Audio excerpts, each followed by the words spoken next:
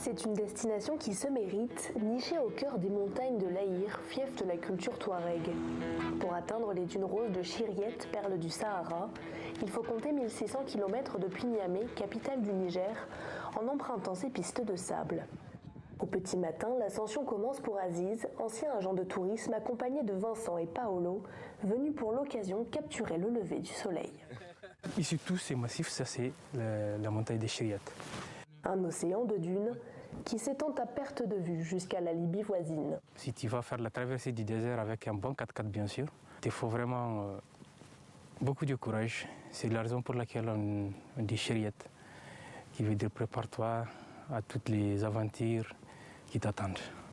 Un site, autrefois très prisé des tours opérateurs, aujourd'hui délaissé par les touristes occidentaux avec l'expansion de la menace djihadiste au Sahel.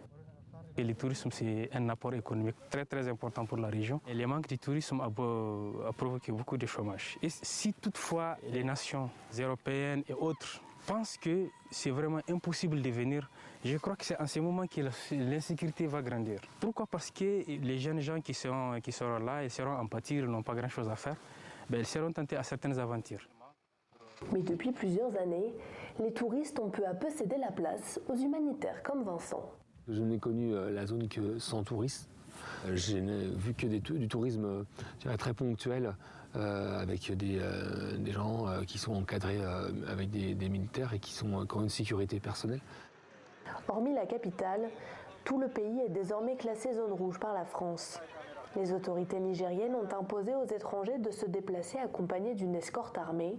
Pour le festival de l'Aïr, les militaires appuyés par ces anciens rebelles ont quadrillé la zone pour un maximum de sécurité.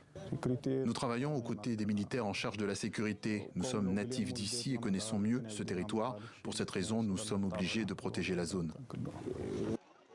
À l'occasion du festival, des centaines de commerçants et d'artisans sont aussi venus de toute la région. Parmi eux, Ibrahim et sa cousine Fatimata ont parcouru plus de 200 km dans l'espoir de vendre ces bijoux qu'ils ont confectionnés à la main. On a assisté à tous les festivals. Les premiers festivals, c'était rentable parce qu'il y a les touristes, il y a les passagers, tout le monde qui vient acheter. Nous, c'est les artisans. Et cette fois-ci, avec l'insécurité, il n'y a pas de clients. On a amené tout ce qu'on a amené, on n'a pas vendu grand-chose. Donc, nous espérons au moins avoir pour les carburants pour rentrer chez nous. Et pour Ibrahim, le secteur de l'artisanat autrefois rentable intéresse de moins en moins les jeunes générations. Les jeunes maintenant, par manque d'emploi, beaucoup vont dans l'exode. Il y a des gens qui vont dans les déserts pour l'extraction de l'or, mais c'est nouveau. Et les jeunes, ils voyagent toujours pour avoir du travail, pour pouvoir gagner quelque chose. Pour la 16e édition de ce festival, les autorités essaient tant bien que mal de faire de l'Aïr une vitrine du tourisme et relancer ainsi un secteur en difficulté depuis maintenant plus de 10 ans.